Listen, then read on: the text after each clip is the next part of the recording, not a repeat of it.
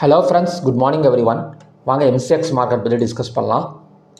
Yesterday crude oil வந்து ஒரு supply அப்படிங்கிற மாதிரி சொல்லலாம். அதாவது மார்னிங்கில் வந்து நமக்கு வந்து ஒரு 6,900 சம்திங்லேருந்து 6,900லேருந்து 7,170 ஒரு 150 பாயிண்ட்ஸ் பக்கம் மேலே வந்தது. ஸோ அதுக்கப்புறம் பார்த்திங்க அப்படின்னா 7,102லேருந்து கிட்டத்தட்ட ஒரு 200 பாயிண்ட்ஸ் பக்கம் டவுன் எடுத்திருக்கு அப்படிங்கிற மாதிரி சொல்லலாம். இன்வென்ட்ரி டேட்டா சப்ளை வந்ததும் ஒரு காரணம் இதுக்கு, இந்த டவுன் ஆனதுக்கு. ஸோ நெக்ஸ்ட்டு சப்போர்ட் வந்து பார்த்தோம் அப்படின்னா 6,766. அதுக்கப்புறம் நெக்ஸ்ட்டு ரெசிஸ்டன்ஸுங்கிறது 7,102.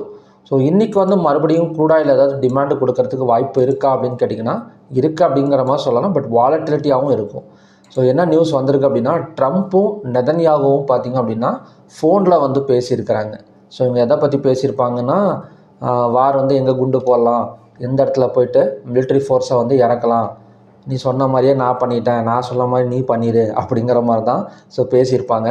என்னதான் சீஸ்ஃபயர் இருந்தாலுமே கூட இதுக்கு முன்னாடி, இப்போ சீஸ்ஃபயர் இல்லைன்னு சொல்லிட்டாங்க, இப்போ இதுக்கு முன்னாடி சீஸ்ஃபயர் இருந்தப்போ கூட இஸ்ரேல் வந்து தொடர்ந்து ஈரானை வந்து தாக்குதல் நடத்திட்டு தான் இருந்தாங்க. அந்த டைம்லலாம் ட்ரம்ப் என்ன சொன்னார் அப்படின்னா, நாங்கள் தான் சீஸ்ஃபயர் இது பண்ணிட்டோம்ல, நீங்கள் ஏன் நடுவில் வரீங்க அப்படிங்கிற மாதிரிலாம் சொல்லியிருந்தார்.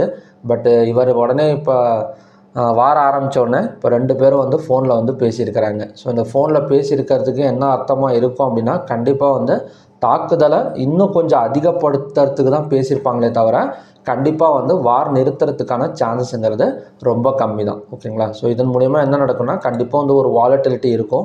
இல்லைனா தொடர்ந்து கொஞ்சம் க்ரூட் ஆயில் வந்து டிமாண்ட் வந்து எக்ஸ்பெக்ட் பண்ணலாம். ஸோ 6,766ங்கிறது தான் ஸோ நமக்கான இன்றைக்கான சப்போர்ட் ஜோன். ஓகேங்களா? ஸோ இந்த சப்போர்ட்லேருந்து ஆல்மோஸ்ட் நமக்கு வந்து ஒரு 400 to 500 பாயிண்ட்ஸ் பக்கம் மேலே வந்திருக்கு.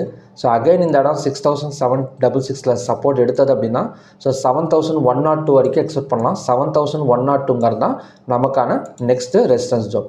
ஸோ இந்த ட்ரெண்ட் லைன் ரெசிஸ்டன்ஸ் இன்னும் வரல. ஸோ எஸ்டர்டேவாக நான் எக்ஸ்பெக்ட் பண்ணியிருந்தேன், பட் ட்ரெண்ட் லைன் ரெசிஸ்டன்ஸ் வரல. இந்த ட்ரெண்ட் லைன் ரெசிஸ்டன்ஸ் எப்போ வந்தாலுமே ஒரு நல்ல ஃபால் வந்து இருக்குது, பார்க்கலாம் அது என்றைக்கு வந்து நடக்குது அப்படின்னு.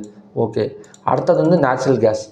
நேச்சுரல் கேஸ் தான் இங்கே ரொம்ப நாளாக தாக்கு பிடிச்சிட்டு இருந்த 302.1 சப்போர்ட்டை வந்து பிரேக் அவுட் பண்ணியிருக்கு. ஸோ அதுவும் வந்து பொறுமையாலாம் பிரேக் அவுட் பண்ணலை, வேகமாக வந்து ஒரு அரை மணி நேரம் 1 மணி நேரத்துலேயே பார்த்திங்க அப்படின்னா ஒரு பெரிய அளவில் பிரேக் அவுட் எடுத்துகிட்டு 287 வரைக்கும் இறங்கியிருக்கு அப்படிங்கிற மாதிரி சொல்லலாம். இதுக்கு காரணம் வந்து எஸ்டர்டே வந்து இன்வென்ட்ரி வந்து அதிகமாக இருக்குது அப்படிங்கிற மாதிரி நியூஸ் வந்து கொடுத்துருந்தாங்க. ஸோ இன்வென்ட்ரி டேட்டா சப்ளை தான் வந்திருக்கு.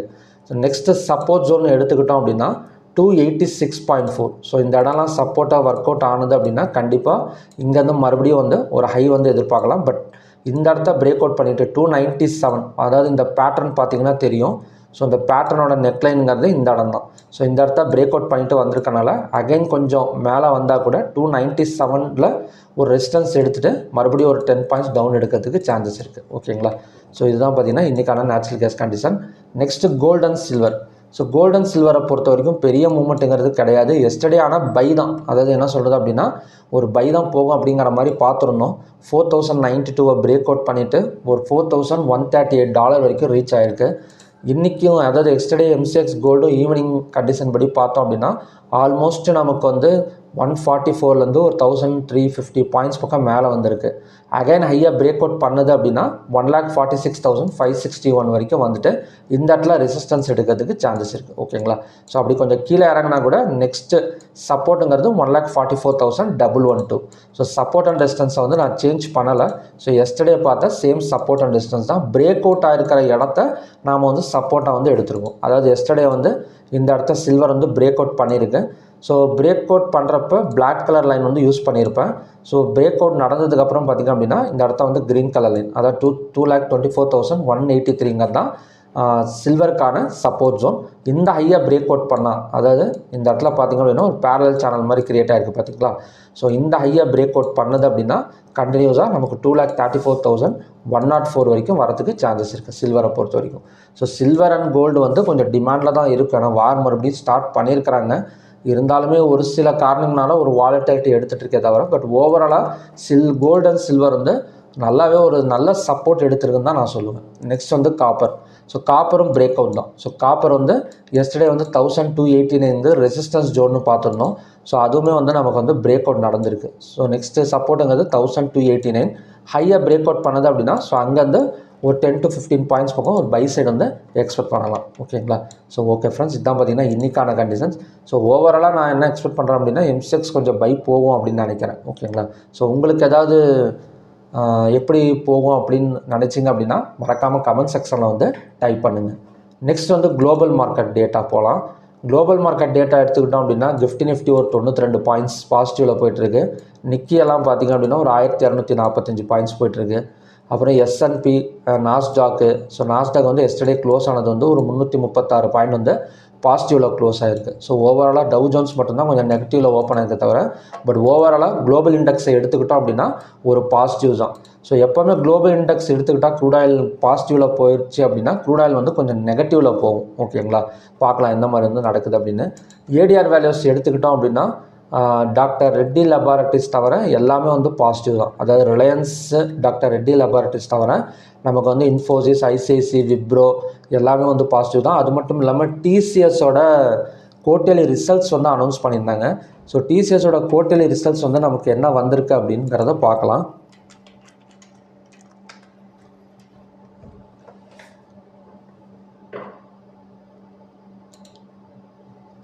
TCSோட குவார்ட்டர்லி ரிசல்ட்ஸ் வந்து பார்த்திங்க அப்படின்னா 4.6% to 13,349 crore, revenue of 13.9. But இது வந்து ப்ராஃபிட் தான், ஒரு பாசிட்டிவில் தான் வந்திருக்கு. பட் இந்த ப்ராஃபிட் வந்து எதிர்பார்த்த மாதிரி இல்லை அப்படிங்கிறது தான் ஸோ எக்ஸ்பெக்ட்ஸோட டாக்கு. ஓகேங்களா? ஸோ இதுக்கு முன்னாடி எக்ஸ்பெக்டேஷன் எப்படி இருந்தது அப்படின்னா இந்த 13,340 கோடி ரூபா விட அதிகமாக இருந்தது. பட் எதிர்பார்த்த அளவுக்கு இல்லை அப்படிங்கிற மாதிரி ஒரு நியூஸ் வந்து கொடுத்துருக்காங்க. இதை டிவிடெண்டும் கொடுத்துருக்காங்க, ஒரு 12 ரூபா ஒரு ஷேருக்கு வந்து கொடுத்துருக்காங்க. இருந்தாலுமே நமக்கு வந்து ஒரு வாலட்டிலிட்டி போகிறதுக்கு சான்சஸ் இருக்குது. ஓகேங்களா? ஸோ கேப் அப்பில் ஓப்பன் ஆனாலுமே எஸ்டர்டே வந்து வீடியோவில் சொல்லியிருந்தேன் ஒரு கண்டிஷன் படி தான் நம்ம வந்து பார்க்கணும். பிவோட் லைன் வந்து ட்ரா பண்ணிக்கோங்க. ஸோ அந்த பிவோட் லைன் வந்ததுக்கப்புறம் தான் ஒரு சப்போர்ட்டாக வந்து சேஞ்ச் ஆகும். ஓகேங்களா? ஒரு கேப் அப்பில் ஓப்பன் ஆனவொன்னே தொடர்ந்து TCS வந்து மேலே வந்துருமா அப்படிங்கிறது சொல்ல முடியாது. அது வந்து 50-50 சான்ஸ் தான். பட் ஒரு பிவோட் லைன் நம்ம ட்ரா பண்ணிட்டோம் அப்படின்னா இந்த பிவோட் லைன் வந்ததுக்கப்புறம் ஏன்னா ப்ராஃபிட் புக்கிங் நடக்கிறப்ப பிவோட் லைன் வரைக்கும் வரும். ஓகேங்களா? ஸோ பிவோட் லைன் நீங்கள் ட்ரா பண்ணுறதுக்கு ஒரு இண்டிகேட்டர் இருக்குது. பிவோட் பாயிண்ட் ஸ்டாண்டர்ட்னு கொடுங்க. பிவோட் பாயிண்ட் ஸ்டாண்டர்ட்னு இருக்கும் ட்ரேடிங் வியூவில். ஸோ இதை கொடுத்தீங்க அப்படின்னா ஆட்டோமேட்டிக்காக உங்களுக்கு பிவோட் லைன் அதே வந்து ட்ரா பண்ணி கொடுத்துரும். ஓகேங்களா? ஸோ இதில் பார்த்திங்கன்னா நிறையா இருக்கும். ஸோ இத்தனையும் நம்ம வந்து தேவை கிடையாது.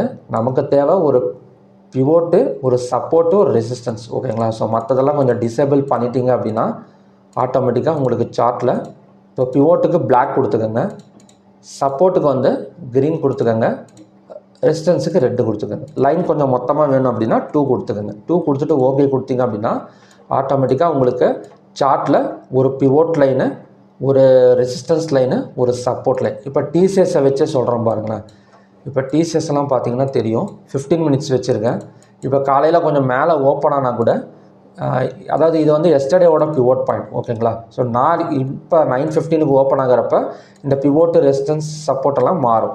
ஸோ இந்த பிளாக் கலர் லைன் வந்ததுக்கப்புறம் கொஞ்சம் ரெக்கவரி எடுக்கிறதுக்கு சான்சஸ் இருக்குது. ஏன்னா காலையில் ஓப்பன் ஆகிறப்ப ப்ராஃபிட் புக்கிங் நடந்தது அப்படின்னா வேகமாக கீழே இறங்கிடும். ஸோ இந்த பிவோட் லைன் வந்ததுக்கப்புறம் நம்ம சப்போர்ட் எடுத்தோம் அப்படின்னா இந்த இடத்துல வந்து ஒரு பெட்டர் ரிசல்ட்ஸ் வந்து கிடைக்கும். ஸோ சொல்கிறது எல்லாமே வந்து ஒரு எஜுகேஷனல் பர்பஸுக்கு தான். ஸோ ஓகே ஃப்ரெண்ட்ஸ், பார்க்கலாம். ஸோ மறுபடியுமே பார்த்திங்க அப்படின்னா இன்னொரு நல்ல ப்ரிடிக்ஷன் வீடியோட நான் வந்து உங்களை மீட் பண்ணுறேன். Thank you very much.